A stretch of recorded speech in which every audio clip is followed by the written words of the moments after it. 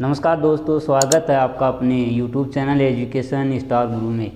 दोस्तों, हम पढ़ रहे थे जो भारत का स्थानीय शासन व्यवस्था सरकार के जो स्तर हैं। भारत में जो सरकार के 3 स्तर बताए गए। मूल संविधान में 2 स्तर केंद्र और राज्य सरकार हुआ करती थी।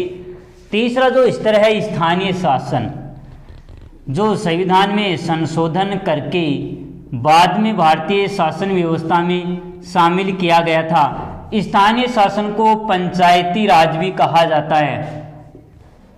पंचायती राज के नाम से भी इसको जाना जा सकता है।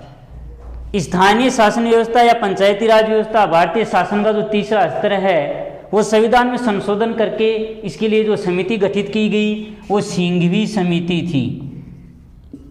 यानी सिंघवी समिति की सिफारिश के आधार पर 1986 में सिंघवी समिति गठित की गई और 1992 में और 1993 में इस समिति की सिफारिश के आधार पर स्थानीय शासन को भारतीय संविधान में संवैधानिक मान्यता दी गई। सिंघवी समिति की सिफारिश पर इसकी सिफारिश थी कि स्थानीय शासन को संवैधानिक मान्यता दी जाए। संवैधानिक मान्यता दी जाए।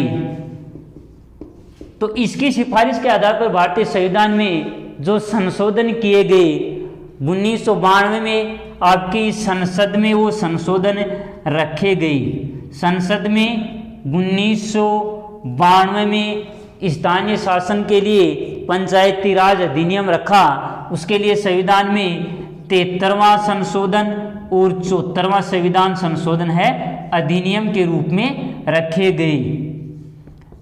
देखो, संविधान में संशोधन करते हैं तो किसी भी नए नियम को बनाने की शुरुआती जो प्रक्रिया होती है उसको अधिनियम के रूप में कहा जाता है। उसको अधिनियम के रूप में जाना जाता है। तो जो 73वां और 74वां अधिनियम भारतीय संविधान में रखा गया, तो 73वां संविधान संशोधन जो किया गया वो किसके लिए था? देखो, जैसे स्थानीय शासन था तो इसमें 2 प्रकार की व्यवस्था है वो रखी गई। एक है ग्रामीण और एक शहरी, या इसको नगरीय स्थानीय शासन कहा गया। यानी गांवों के लिए, ग्रामीण क्षेत्रों के लिए और शहरों के लिए ये व्यवस्था है की गई।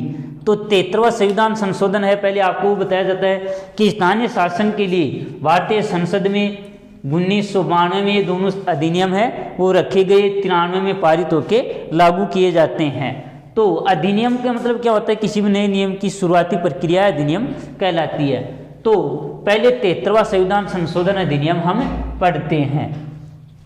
तो 73वां संविधान संशोधन है वो किसके लिए रखा गया? 1992 में संसद में रखा जाता है। 73वां संविधान संशोधन क्यों किया गया? 73वां संविधान संशोधन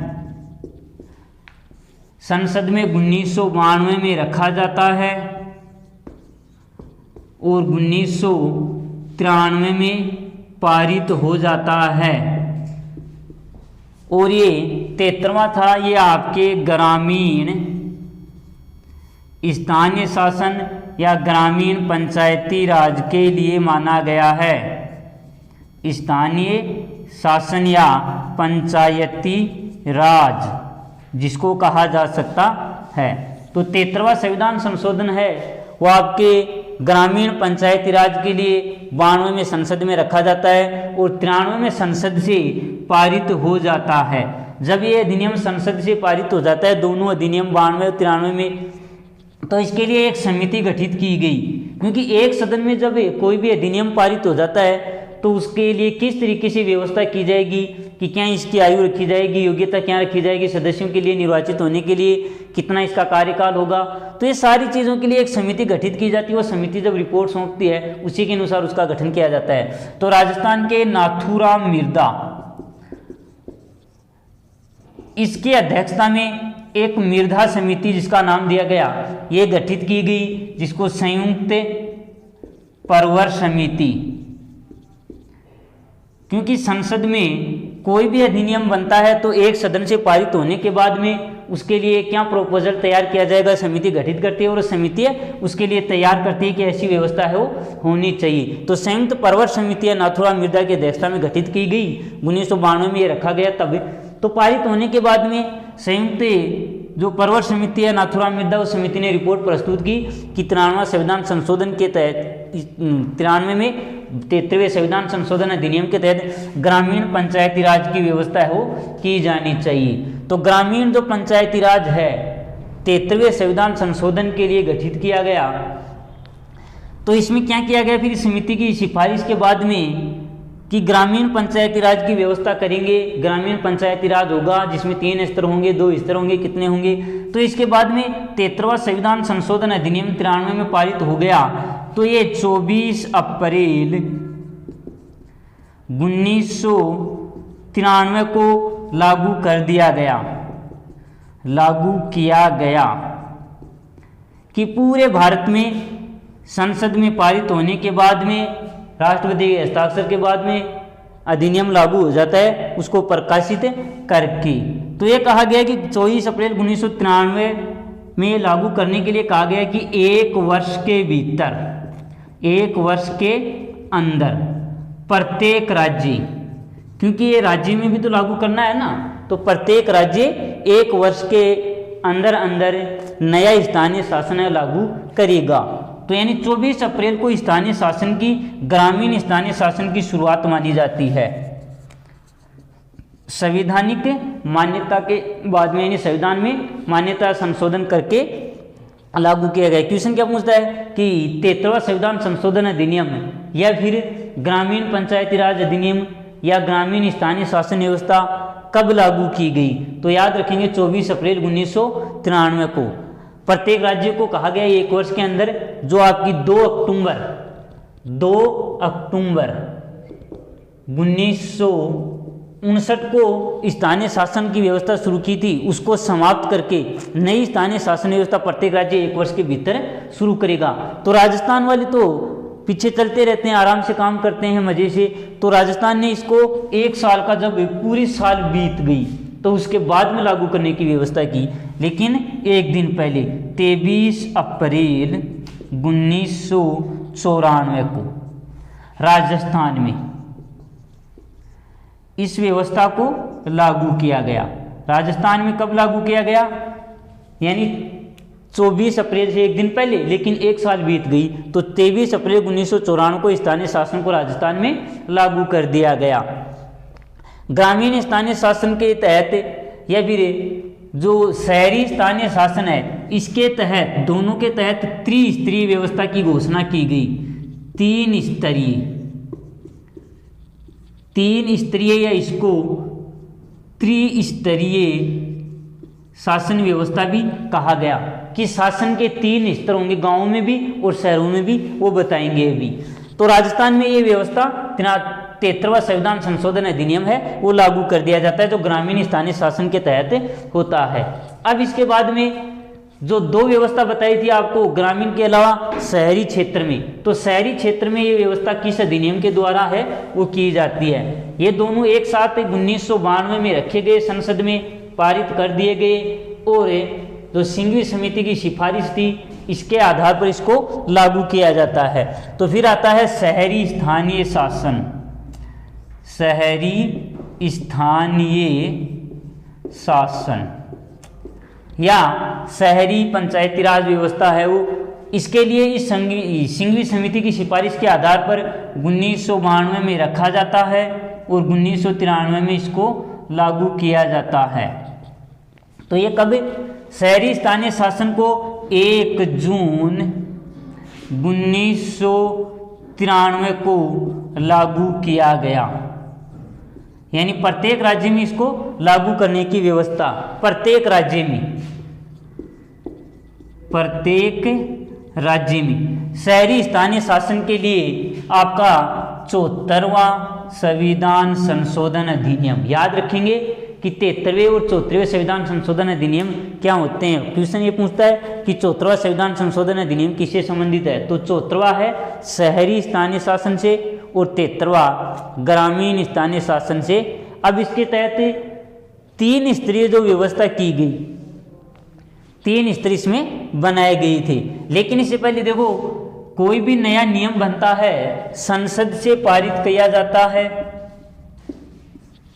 संसद के दोनों सदनों से। और फिर अगर राज्यों को प्रभावित करने वाली व्यवस्था होती है कि अगर राजस्थान से भी प्रभावित हो, क्योंकि ये ग्रामीण क्षेत्र राजस्थान में भी लागू करना था और शहरी क्षेत्र जो राजस्थान है उसमें भी लागू करना था, प्रत्येक राज्य में इस व्यवस्था को शुरू करने की कोशिश की गई थी शहरी स्थानीय शासन के तहत। तो राज्य में लागू हो गया, यानी राज्य की व्यवस्था प्रभावित होगी, तो प्रत्येक राज्यों से भी इसके बारे में पूछा गया कि राज्य के लिए क्या व्यवस्था सही है या गलत है। तो राज्यों की अनुमति लेना भी जरूरी होती है। देखो हमारे संविधान में जो संशोधन किए जाते हैं, तो एक तो संसद साधारण बहुमत से संशोधन करती है, एक विशेष बहुमत से संशोधन करती है, और एक अभी विशेष बहुमत से संशोधन के बाद में प्रत्येक राज्य की अनुमति भी ली जाती है। यानी राज्य की अनुमति लेना भी जरूरी होता है कि अगर राज्य को कार्य प्रभावित करता है। तो इसको 73वें और 74वें संविधान संशोधन अधिनियम को आपका 73वां और 74वां जो संविधान संशोधन अधिनियम है, इसको 17 राज्यों के द्वारा अनुमोदन किया गया। यानी 17 राज्यों के द्वारा अनुमोदित किया गया, यानी 17 राज्यों ने इसको स्वीकृति प्रदान की। अनुमोदन का मतलब यानी 17 राज्यों ने ये कह दिया कि ठीक है ये लागू कर दिया जाए। 17 से ज़्यादा राज्यों ने, अब राज्यों का मतलब यहाँ की जनता से नहीं पूछा गया, वहाँ की विधानसभा होती है, तो विधानसभा में उसको रखा गया जिस तरीके से संसद में रखा जाता है उसी तरीके से, और फिर वहाँ से पारित कर दिया गया। तो 17 राज्यों से पारित होने के बाद, 17 से अधिक राज्यों से पारित होने के बाद 73वां और 74वां संविधान संशोधन अधिनियम है वो लागू किया गया। और इसके तहत संघीय समिति ने 3 स्तरीय व्यवस्था की घोषणा की कि इसके स्तर कितने होने चाहिए, 3 स्तर होने चाहिए, वो स्तर भी बताएंगे। लेकिन 17 राज्यों के अनुमोदन के बाद इस व्यवस्था को 73वें 74वें संविधान संशोधन को लागू किया जाता है। तो 74वां संविधान है वो 1 जून 1993 को पूरे भारत में लागू कर दिया गया। 73वां है वो आपका 24 अप्रैल 1994 को लागू कर दिया जाता है राजस्थान में, और 93 को भारत में लागू कर दिया जाता है, क्योंकि संसद के द्वारा पारित करने के बाद में इसको लागू किया गया।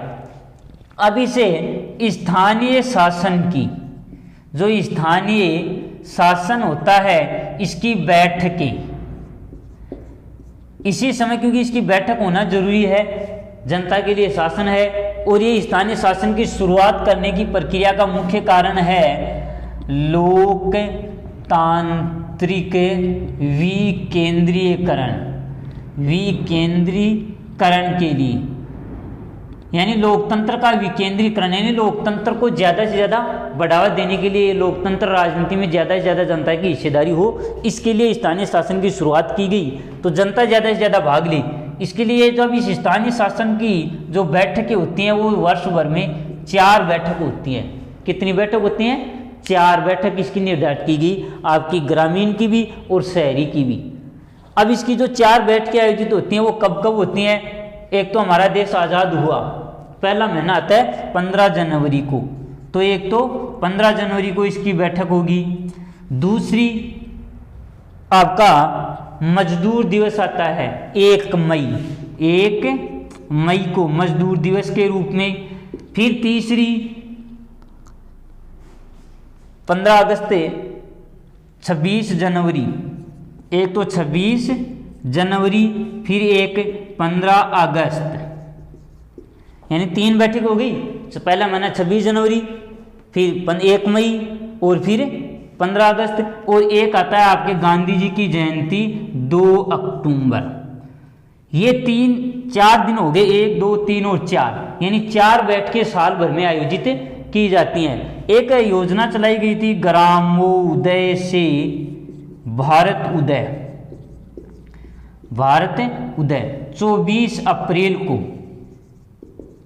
आती है। तो 24 अप्रैल 2016 से इसकी एक बैठक आयोजित करने की व्यवस्था है वो और की गई कि 5 बैठकें इसकी आयोजित की जा सकती हैं। लेकिन मुख्य रूप से स्थानीय शासन की 4 बैठकें होती हैं, जिसमें 26 जनवरी, 15 अगस्त, 1 मई मजदूर दिवस, 2 अक्टूबर गांधी जयंती, यानी 4 दिन इसकी बैठकें आयोजित की जाती हैं जो आपकी स्थानीय शासन में ग्रामीण और शहरी स्थानीय शासन व्यवस्था है वो गठित की गई थी। तो अब आपकी जो शहरी और ग्रामीण स्थानीय शासन व्यवस्था के जो 3 स्तर हैं वो कौन कौन से हैं, इसकी बैठक याद रखेंगे जब ये 3 स्तरों पर बैठकें आयोजित की जाती हैं। 4 बैठकें होती हैं, जो यहाँ की जनता भी आ सकती है और वहाँ के जो प्रतिनिधि जनता के द्वारा चुने गए हैं वो भी शामिल होते हैं। तो ग्रामीण स्थानीय शासन, एक तो ग्रामीण है और दूसरा शहरी, या इसको आप नगरीय भी कह सकते हैं। अब इसका जो 3 स्तर वो बनाए गए, इसमें प्रथम स्तर, देखो जनता की ज़्यादा से ज़्यादा भागीदारी कहाँ से हो सकती है, जब ये व्यवस्था लागू नहीं की गई थी, स्थानीय शासन को संविधान में मान्यता सिंघवी समिति की घोषणा के बाद, सिंघवी समिति की सिफारिश के बाद इसको लागू किया गया, तो जनता को ज़्यादा से ज़्यादा राजनीति से जोड़ने के लिए इसको लागू किया गया। तो ग्रामीण जो है इसके 3 स्तरों में जो पहला स्तर आता है, जनता सबसे ज़्यादा गाँव कमाए रह जाए तो ग्राम पंचायतों का गठन करोगे पहले, ग्राम पंचायत, गाँव की पंचायत, क्योंकि गाँव का आदमी एक जगह जल्दी से इकट्ठा हो सके जे, तो पहलो स्तरी को बनाए ग्रामीण में 3 स्तर की बात कर रही हूँ। तो पहलो ग्राम पंचायत यानी गाँव की पंचायत, एक गांव के लिए ग्राम पंचायत दिन आज थे बोलिया करो दो, तो वो पहलो स्तर बना दियो। फिर कई ग्राम पंचायत मिला, इन आपने याद रख लियो पंचायत समिति, यानी पंचायत समिति बनाई गई। फिर दूसरों वही को एक बाद में गई ग्राम पंचायत ने मिला, आपकी पंचायत समिति बना दी। फिर अब पंचायत समितियां ने मिला जिला परिषद, तीसरा स्तर इसका बनाया गया जिला परिषद। तो ये 3 स्तर यहाँ हो गई। इसमें देखो सबसे निम्न स्तर है वो कौन सा माना जाता है, ग्राम पंचायत माना जाता है ग्रामीण स्थानीय शासन में। दूसरा या मध्यम स्तर इसको खंड स्तर भी बोला जाता है। खंड स्तर पर पंचायत समिति है उसका गठन किया गया और उच्चतम स्तर है जिला परिषद का गठन किया गया। तो सेम इसी तरीके से शहरी में पहले स्तर पर नगर पालिका, पहला है वो है नगर पालिका। सेम इसी स्तर से मध्यम स्तर पर आपकी नगर परिषद, नगर परिषद। फिर इसी तरीके से उच्चतम स्तर है नगर निगम। ये आपकी जनसंख्या के आधार पर बनाए गए थे। इधर वाले हैं वो जनसंख्या के आधार पर बनाए गए थे शहरों में, और इधर वाले इसको गठित करके इसको मिला मिला के बनाई गई। यानी ये इसके ऊपर नियंत्रण, ये इसके ऊपर नियंत्रण रखती है। यहाँ भी यही होता है, ये इसके ऊपर, ये इसके ऊपर नियंत्रण रखती है। लेकिन यहाँ 20,000 की जहाँ जनसंख्या है वहाँ तक तो रखी गई आपकी नगर पालिका, 20,000 से ज़्यादा तक, यानी 20,000 जिसकी जनसंख्या कम से कम 20,000 से लेके 1 लाख, ये जहाँ भी होगी, जहाँ भी जनसंख्या होगी शहरी क्षेत्र में, जहाँ शहर बन रहा है, जिस शहर की जनसंख्या 20,000 से 1 लाख के बीच हो जाती है वहाँ नगर पालिका हो जाएगी। फिर नगर परिषद 1 लाख, 1 लाख से 5 लाख तक। अगर जिसकी जनसंख्या है जिस शहर की, लगभग जो आपके जिले होते हैं वो जिले आपके नगर परिषद में ही शामिल होते हैं, ज़्यादातर जिले। फिर नगर निगम जो 5 लाख से ज़्यादा जिसकी जनसंख्या है। शहरी क्षेत्र की देखी जाएगी, कहीं आप पूरे शहर को देख लो, जैसे यहाँ देखिए नगर निगम में जयपुर को देखें तो जयपुर जितनी दूर में बसा हुआ वो माना जाएगा। ऐसे नहीं कि जयपुर जिले को पूरे कोई शामिल किया जाएगा। तो 5 लाख से ज़्यादा, जहाँ 5 लाख से ज़्यादा जो जनसंख्या होती है उसको नगर निगम के रूप में शामिल किया जाता है। अब इसके सदस्यों का कुछ का चुनाव होगा, कुछ सरकार के द्वारा भी जो आपके संवैधानिक होते हैं उसको माना गया है, उसमें शामिल किया जाता है। तो ये आपके 3 स्तर हैं वो होते हैं। अब ये व्यवस्था कुछ समय, उस समय जिस समय लागू की गई थी उस समय भारत में कुछ राज्यों में लागू नहीं की गई, जिसमें है मिजोरम, मेघालय,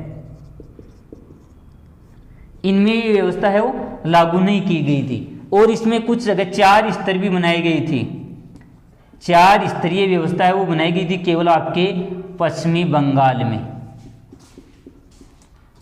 याद ये रखना है कि पश्चिमी बंगाल में इनके बीच में एक खंड स्तर और बनाया गया है। तो इस तरीके से 4 स्तरीय व्यवस्था भी आपके पश्चिमी बंगाल में बनाई गई थी, जो आपकी स्थानीय शासन व्यवस्था में मानी जाती है। तो इस तरीके से दोस्तों आपकी जो स्थानीय शासन थी, इसको संविधान में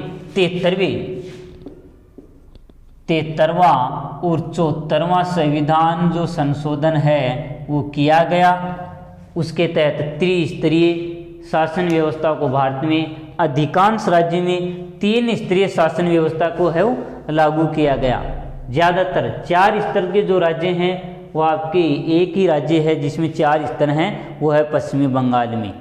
तो दोस्तों इस तरीके से जो स्थानीय शासन है, फिर इसको जो कार्य सौंपे गए संविधान में जो अनुच्छेद है, मुख्य रूप से जो ग्राम पंचायत जो होती हैं उसका गठन अनुच्छेद 40 में किया जाता है। और गांधी जी का सपना था कि लोकतंत्र का विकेंद्रीकरण, यानी जनता की लोकतंत्र में ज़्यादा से ज़्यादा हिस्सेदारी होनी चाहिए। तो इसके लिए गांधी जी का स्वप्न है वो पूरा हो गया जब इसको संवैधानिक मान्यता दी गई आपकी सिंघवी समिति की सिफारिश के आधार पर। अनुच्छेद 243 के तहत इस स्थानीय शासन को संविधान में इसके जो कार्य होते हैं कि कौन से कार्य किसके द्वारा किए जाएंगे या कितने कार्य इसको सौंपे जाएंगे, क्या इनका स्तर होगा, किस तरीके से ये कार्य करेगी, इस तरीके से इसकी सारी व्यवस्था है वो 73वें 74वें संविधान संशोधन अधिनियम के माध्यम से लागू की जाती है। तो दोस्तों इस तरीके से शहरी स्थानीय शासन और नगरीय स्थानीय शासन, ये शहरी स्थानीय जो शासन है वो 74वें संविधान से संबंधित है। 74वां संविधान संशोधन अधिनियम किससे संबंधित है, आपके नगरीय या शहरी स्थानीय शासन व्यवस्था। और ग्रामीण स्थानीय शासन व्यवस्था है वो 73वां संविधान संशोधन है वो किया गया। और इसको इसके माध्यम से, इन संविधानों के माध्यम से संशोधन करके इसके कार्य क्या होंगे, इसके कर्तव्य किस तरीके से किए जाएंगे, इसको पैसा कहाँ से मिलेगा, कितना पैसा मिलेगा या नहीं मिलेगा, ये सारी व्यवस्था है इसी संशोधनों के माध्यम से यहाँ की गई थी। आगे वाली जो वीडियो आएगा दोस्तों उसमें 73वां संविधान संशोधन के तहत ग्रामीण स्थानीय शासन में जो 3 स्तर हैं वो बनाए गए हैं। ग्राम पंचायत, किस तरीके से इसका चुनाव होता है, किस तरीके से इसके जो पैसे मिलते हैं, कार्य हैं वो किए जाते हैं, कितने कार्य इसको सौंपे गए, वो आगे वाली वीडियो में बताया जाएगा। लेकिन पहले याद रखना दोस्तों, जो ग्राम पंचायत जिस तरीके से नगर पालिका होती है इसके समकक्ष होती है, यानी ये दोनों बराबर सेम हो सकती है। पंचायत समिति होती है, इस तरीके से आपकी नगर परिषद जो बढ़ते हुए नगर हैं उसके तहत इसको माना जाता है। क्वेश्चन दोस्तों ये पूछता है कि 73वां संविधान संशोधन अधिनियम किससे संबंधित है, तो उसमें आपको लिखना है 73वां ग्रामीण पंचायती राज स्थानीय शासन व्यवस्था थी। इसकी दोनों की ही 4 जो बैठकें आपको बताई गई हैं, 4 बैठकें होती हैं। 4 बैठक यानी जिसमें आपकी जो निर्वाचित व्यक्ति होते हैं वो भी शामिल होते हैं। अभी 4 बैठकों को याद रखना है। तो देश की आज़ादी 26 जनवरी देश का संविधान लागू हुआ उस समय, और गांधी जयंती 2 अक्टूबर। 2 अक्टूबर पहले भी आवे कि स्थानीय शासन की भारत में शुरुआत कब करी गई। देखो क्वेश्चन पूछा होगा तरीकों भी वो भी हो सकते हैं कि भारत में सर्वप्रथम स्थानीय शासन की शुरुआत कब की गई, तो वो 2 अक्टूबर याद रखोगे। और संवैधानिक मान्यता कब दी गई, उस समय आपको 24 अप्रैल, और 24 अप्रैल को स्थानीय स्वशासन दिवस मनाया जाता है। 24 अप्रैल को स्थानीय स्वशासन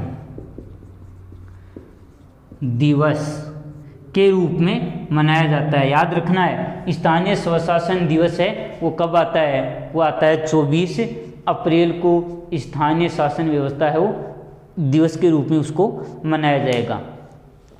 यहाँ एक चीज़ और याद रखना बस केवल कि पश्चिमी बंगाल वाला कभी ये पूछ लेता है कि स्थानीय शासन व्यवस्था के तहत कितनी स्तरीय शासन व्यवस्था गठित की गई। अधिकांश राज्य में 3 स्तर, आपके पश्चिमी बंगाल में 4 स्तर, कुछ राज्य में उसमें 1 स्तर भी जम्मू कश्मीर था वहाँ उठा दी गई है, लेकिन कुछ में 2 स्तर भी थे आपके केरल में, और आपका जो सिक्किम है उसमें 2 स्तर बनाए गए थे। लेकिन यहाँ 4 स्तर वाला पूछता है और एक 3 स्तर वाला पूछता है। 24 अप्रैल याद रखना है स्थानीय स्वशासन दिवस के रूप में मनाया जाता है। 1 जून आपका नगरीय स्थानीय स्वशासन के रूप में मनाया जाएगा।